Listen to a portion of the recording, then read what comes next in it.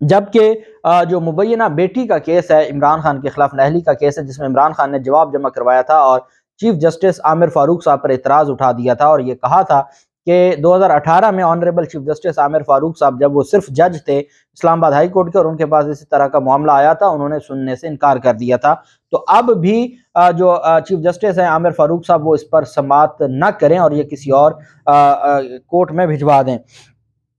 Chief justice عامر فاروق کے روبرو سماعت میں عمران خان کی جانب سے وکیل ابو ذر سلمان خان عدالت میں پیش ہوئے۔ اس موقع پر شہری محمد ساجد کی جانب سے وکیل سلمان بٹ عدالت میں پیش ہوئے، جو پہلے مسلم لیگ نون کے بھی وکیل ہیں اور جو کروڑوں روپے فیس لیتے ہیں، اور ساجد جو شہری ہے وہ خود نامعلوم ہے، اس کا کوئی پتہ نہیں ہے، وہ آتا نہیں ہے۔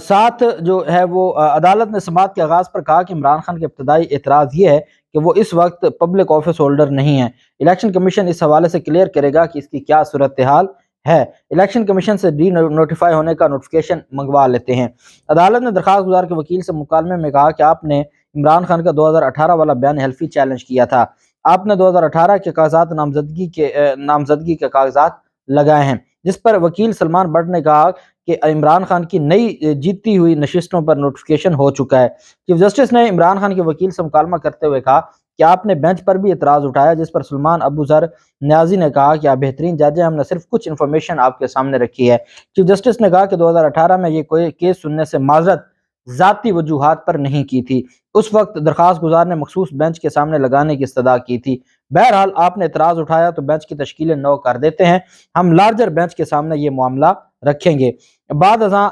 اسلام آباد ہائی کورٹ نے عمران خان نہلی کیس میں لارجر بینچ بنانے کا فیصلہ کر لیا۔ چیف جسٹس نے کہا کہ آئندہ ہفتے کے لیے لارجر بینچ بنا رہا ہوں۔ عدالت نے کیس کی مزید سماعت 9 فروری تک ملتوی کر دی۔ پاکستان میں اس وقت جتنے بھی مسائل ہیں، تمام مسائل کا حل عمران خان کی مبینہ بیٹی کا کیس ہے، جس میں ایک ایک ہفتے کی تاریخیں دی جا رہی ہیں، اور اب اس کیس کو جو کئی دفعہ اسی آنریبل اسلام آباد ہائی کورٹ کا ڈویژن بینچ خارج کر چکا ہے حال ہی میں، اور اس سے پہلے یہ معاملہ سپریم کورٹ میں اور مختلف ہائی کورٹس میں بھی خارج ہو چکا ہے، لیکن اور وہ پٹیشنر ہے جو عدالتوں میں پیش نہیں ہوتا، اس کے باوجود اب لارجر بینچ بنے گا۔ اب یہ نہیں معلوم کہ آنریبل چیف جسٹس عامر فاروق صاحب خود اس لارجر بینچ کو ہیڈ کریں گے، کیونکہ میری اطلاعات یہ ہیں کہ عامر فاروق صاحب نے پی ٹی آئی کی یہ جو استدعا تھی کہ یہ جناب اس کو کیس کو نہ سنیں اور یہ کسی اور کو ٹرانسفر ہو جائے، تو وہ مسترد کر دی گئی ہے۔ لارجر بینچ بنے گا لیکن اس کو ہیڈ کریں گے آنریبل چیف جسٹس۔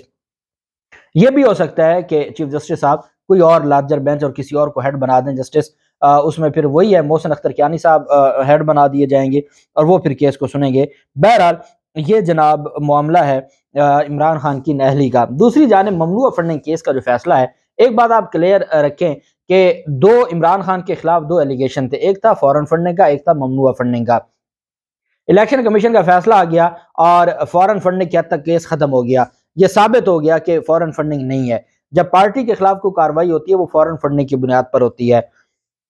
فورن فنڈنگ کا کوئی کیس عمران خان کے خلاف ہے ہی نہیں۔ اب جو رپورٹ آئی ممنوع فنڈنگ کیس تھی، ممنوع فنڈنگ کیس کی اس رپورٹ کو چیلنج کیا تھا۔ اب رپورٹ آئی اور رپورٹ کے بعد الیکشن کمیشن نے اس پر شو کاز نوٹس جاری کیا۔ جب کسی کے ممنوع فنڈ آ جائیں تو ممنوع فنڈ کے خلاف میکسیمم اتنی کاروائی ہو سکتی ہے کہ آپ ان فنڈز کو ضبط کرتے ہیں اور آپ اس پر پھر کاروائی کرتے ہیں۔ جب کسی کے فنڈ ضبط ہوتے ہیں میکسیمم یہی کاروائی ہے، اس کے علاوہ اور کوئی کاروائی نہیں ہے۔ اسلام آباد ہائی کورٹ کا 3 رکنی بینچ تھا، چیف جسٹس عامر فاروق صاحب کی سربراہی میں جسٹس میاں گل حسن اورنگزیب اور جسٹس بابر ستار اس میں شامل تھے۔ جسٹس بابر ستار اور چیف جسٹس عامر فاروق صاحب بار بار الیکشن کمیشن سے یہ سوال کر رہے تھے کہ آپ نے ابھی رپورٹ دی ہے، ابھی آپ نے شو کاز نوٹس جاری کیا، آپ نے ایک تفتیش کروائی ہے، تفتیش میں یہ معاملہ سامنے آیا کہ یہ جو فنڈز ہیں یہ ممنوع فنڈز ہیں، جس کی کوئی بھی سیٹسفیکشن اس کمیٹی کو نہیں دے سکی پی ٹی آئی۔ اب آپ نے جاری کر دیا شو کاز کا جواب پی ٹی آئی دے گی، اس کے بعد باقاعدہ اس کے اوپر ایویڈنس آئے گی، باقاعدہ اس پر چیزیں سامنے آئیں گی، تو تب آپ فیصلہ دیں گے۔ آپ نے فیصلہ پہلے سنا دیا ہے اور ٹرائل بعد میں ہے، تو یہ بار بار اسلام آباد ہائی کورٹ کے جو آنریبل ججز تھے وہ یہ بار بار بات فرماتے رہے۔ اب چونکہ ایف آئی اے نے ایک کاروائی شروع کی ہوئی ہے اور جو اسلام آباد ہائی کورٹ ہے انہوں نے ایف آئی اے کو کاروائی سے نہیں روکا تھا اور انہوں نے اس آرڈر کو سسپینڈ بھی نہیں کیا تھا۔ آپ جانتے ہیں کہ اسلام آباد ہائی کورٹ کی اپنی ایک نیچر ہے اور آنریبل چیف جسٹس عامر فاروق صاحب کی، کہ توشہ خانہ میں بھی اس فیصلے کو معطل نہیں کیا، اور ممنوع فنڈنگ کیس میں بھی اس فیصلے کو معطل نہیں کیا۔ بہرحال ابھی شارٹ آرڈر جاری کیا، شارٹ آرڈر میں انہوں نے فرمایا کہ جو فیکٹ فائنڈنگ جو رپورٹ ہے وہ درست ہے، فیکٹ فائنڈنگ رپورٹ دینا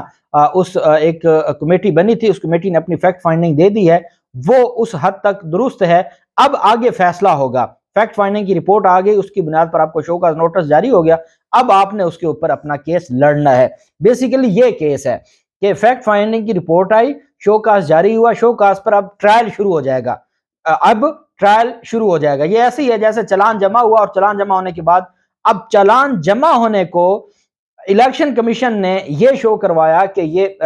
ان کو سزا ہو گئی ہے، جرم ثابت ہو گیا ہے، ایسا نہیں تھا۔ ابھی صرف ایک انویسٹیگیشن اتھارٹی کی رپورٹ تھی، اس پر شو کاز نوٹس جاری ہوا، جس کا جواب عمران خان نے اور پاکستان تحریک انصاف نے دینا ہے، اور اس میں کئی ایسے نام تھے۔ لاہور ہائی کورٹ نے ایک حد تک ان جو فیصلے تھے ان کو معطل کر دیا تھا کہ وہ پاکستانی ہیں، آپ نے ان کو ممنوع فنڈنگ میں ڈالا ہوا ہے۔ بہرحال یہ کیونکہ پاکستان تحریک انصاف، اور دوسری بات یہ تھی کہ جو الیکشن کمیشن نے یہ کہا تھا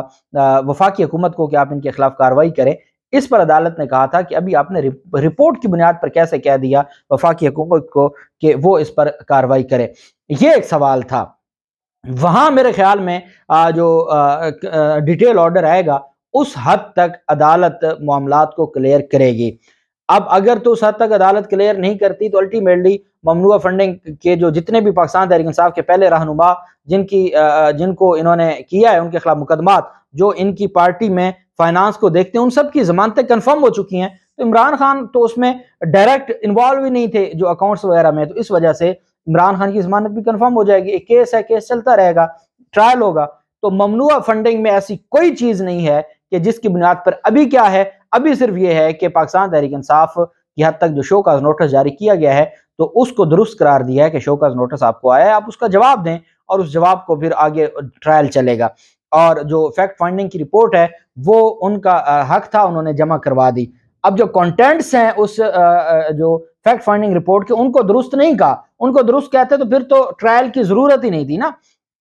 فیکٹ فائنڈنگ کی رپورٹ کا جمع کروایا جانا اس کو درست قرار دیا کہ وہ ان کو ایک کمیٹی بنی تھی، انہوں نے اسکروٹنی کمیٹی بنی، انہوں نے رپورٹ جمع کروا دی، اس پر شو کاز جاری ہو گیا، تو ابھی تو کوئی فیصلہ ہی نہیں ہوا۔ اسلام آباد ہائی کورٹ بار بار یہ کہہ رہی تھی کہ کوئی فیصلہ ہی نہیں ہے، تو آپ نے تو ایک رپورٹ کو چیلنج کیا ہے، رپورٹ کو آپ چیلنج نہیں کر سکتے، آپ اس کا جواب دیں اور آپ مین کیس کو ڈیسائیڈ کروائیں۔ یہ بیسیکلی پورا کیس تھا، نہ تو پاکستان تحریک انصاف کے خلاف کوئی کارروائی ہونے لگی ہے، نہ عمران خان کو اس میں کوئی خطرہ ہے۔ ہاں، پاکستان تحریک انصاف ان سارے معاملات کو دیکھتے ہوئے اس فیصلے کو سپریم کورٹ ضرور چیلنج کرے گی، اور وہ اس میں پھر ٹائم گین ہوگا، اور کیونکہ وہ الیکشن کمیشن کا تو پتہ ہے، تو یہ معاملہ آگے لٹکا رہے گا۔ میکسیمم کیس فارن فنڈنگ کا ہے، میکسیمم کیس فنڈز کی ضبطگی کا ہے، اس کے علاوہ اور کچھ نہیں ہے، کچھ نہیں ہے۔ اس وجہ سے آپ ریلیکس رہیں، اور جو ٹھیک ہے، جنہوں نے فیصلہ دینا تھا آئین اور قانون کے مطابق، آپ جانتے ہیں پہلے ہی سب کو پتا تھا کہ آئین اور قانون کیا ہے اور کیا فیصلہ آئے گا، لیکن بہرحال کوئی نقصان نہیں ہے، اور یہ معاملہ آگے چلے گا۔ اللہ پاک پاکستان کا حامی و ناصر ہو۔ بہت شکریہ، اللہ حافظ، پاکستان زندہ باد۔